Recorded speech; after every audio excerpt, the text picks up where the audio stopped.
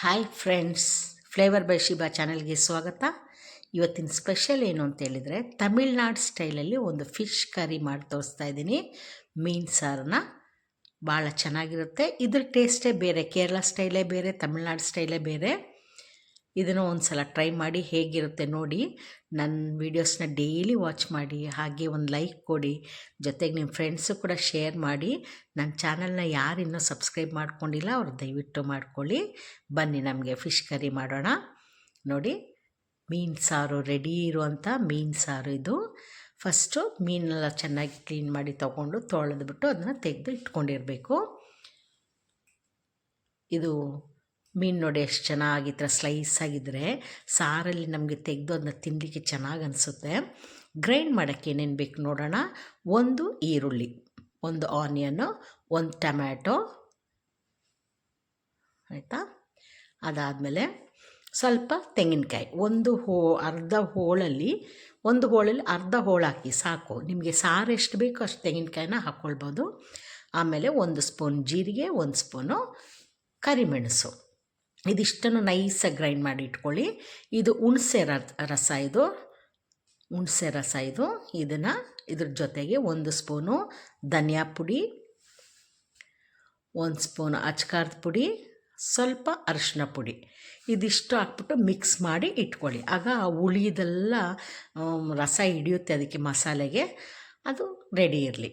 ಇದೆಷ್ಟು ಹಿಂಗೆ ರೆಡಿ ಮಾಡಿ ಇಟ್ಕೊಂಬಿಡಿ. ನೋಡಿ ಮೀನು ಸಾರು ಎಷ್ಟು ಬೇಗ ಆಗುತ್ತೆ ಅಂತೇಳಿ. ಈಗ ಬಾಣಲಿ ಇಡೋಣ.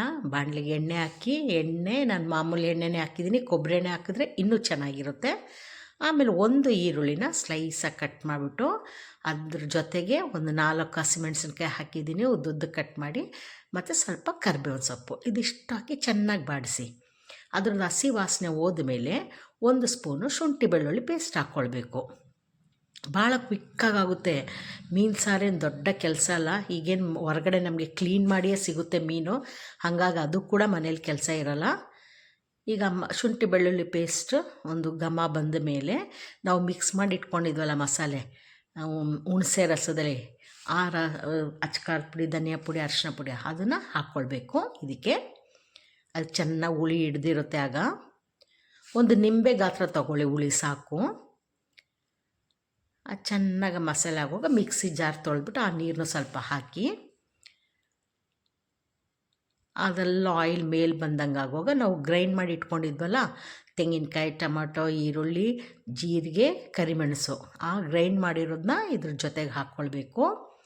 ಹಾಕ್ಕೊಂಡು ತುಂಬ ತೆಳ್ಳಗೆ ಮಾಡಿಬಿಡ್ಬೇಡಿ ನೀರನ್ನ, ಸಾರನ್ನ ತುಂಬ ಗಟ್ಟಿ ಕೂಡ ಹಾಕಬಾರ್ದು, ಮೀಡಿಯಮ್ ಆಗಿರಬೇಕು. ರುಚಿಗೆ ಎಷ್ಟು ಬೇಕಷ್ಟು ಉಪ್ಪು ಹಾಕ್ಕೊಳ್ಳಿ. ಹಾಕ್ಕೊಂಡು ಅದು ಸಾರು ಚೆನ್ನಾಗಿ ಕುದಿ ಬರುತ್ತೆ ನೋಡಿ, ಆ ಟೈಮಲ್ಲಿ ಮೀನು ಹಾಕಬೇಕು. ಫುಲ್ ಫ್ಲೇಮಲ್ಲೇ ಇರಲಿ, ಆಯಿತಾ. ಮೀನು ಹಾಕ್ಕೊಳ್ಳಿ. ಮೀನು ಹಾಕ್ಬಿಟ್ಟು ಅದೆಲ್ಲ ಚೆನ್ನಾಗಿ ಮೀನು ಫುಲ್ಲು ನಮ್ಗೆ ಜಾಗ ಮಾಡ್ಕೊಂಡು, ಸಾರು ಜೊತೆಗೆ ಜಾಗ ಮಾಡಿಕೊಂಡು ಆ ಮೀನು ಹಾಕಿದ್ಮೇಲೆ ಎಲ್ಲ ಮೀನು ಹಾಕಿದ್ಮೇಲೆ ಒಂದು 2 ನಿಮಿಷ ಮುಚ್ಚಿಡಿ. ಮತ್ತೆ ತೆಗಿರಿ, ಎಲ್ಲವನ್ನು ಉಲ್ಟಾ ಮಾಡಿ. ಕುದಿತಾನೇ ಇರಬೇಕು ಸಾರು. ಆ ಒಂದು ಕುದಿಯಲ್ಲಿ ಮೀನು ಬೇಯುತ್ತೆ ಬೇಗ, ಆಯಿತಾ. ಹಿಂಗೆ ಉಲ್ಟಾ ಮಾಡ್ಕೊಳ್ಳಿ. ಉಲ್ಟಾ ಮಾಡ್ಬಿಟ್ಟು ಮತ್ತೆ ಇನ್ನೊಂದು ಸಲ ಮುಚ್ಚಿಡಿ. ಸ್ವಲ್ಪ ಒಂದು 2 ಮಿನಿಟ್ಸ್ ಇಡಿ ಸಾಕು. ಅಷ್ಟರಲ್ಲೇ ಅದು ಚೆಂದ ಕುದಿ ಬರುತ್ತೆ. ಹಾಗೆ ಆ ಮೀನು ಸಾರು ಒಳಗಡೆ ಕುದಿಯಲ್ಲೇ ಬೇಯುವಾಗ ಒಂದು ಸಲ ಉಲ್ಟಾ ಮಾಡಿದ್ವಿ, ಸೀದಾ ಆಗಿದೆ. ಈಗ ನೋಡಿ ಮೀನು ಬೆಂದಿದೆ. ಆ ಕಲರ್ ನಿಮ್ಗೆ ಚೇಂಜ್ ಆಗುತ್ತೆ ನೋಡಿ. ವೈಟ್ ಇದ್ದದ್ದು ಮೀನು ಒಂದು ಲೈಟ್ ಕಲರ್ ಚೇಂಜ್ ಆಗುತ್ತೆ. ಮೇಲೆ ಒಂಚೂರು ಕರಿಬೇವಿನ ಸೊಪ್ಪು ಹಾಕಿ, ಸ್ವಲ್ಪ ಕೊಬ್ಬರಿ ಎಣ್ಣೆ ಹಾಕಿ, ಕೋಕೋನಟ್ ಆಯಿಲ್ ಇದು, ಆಯಿತಾ. ಸ್ವಲ್ಪ ಕೊಬ್ಬರಿ ಎಣ್ಣೆ ಹಾಕಿ ಕೆಳಗಡೆ ಇಳಿಸಿ, ಆಹಾ, ಮೀನು ಸಾರು ರೆಡಿ.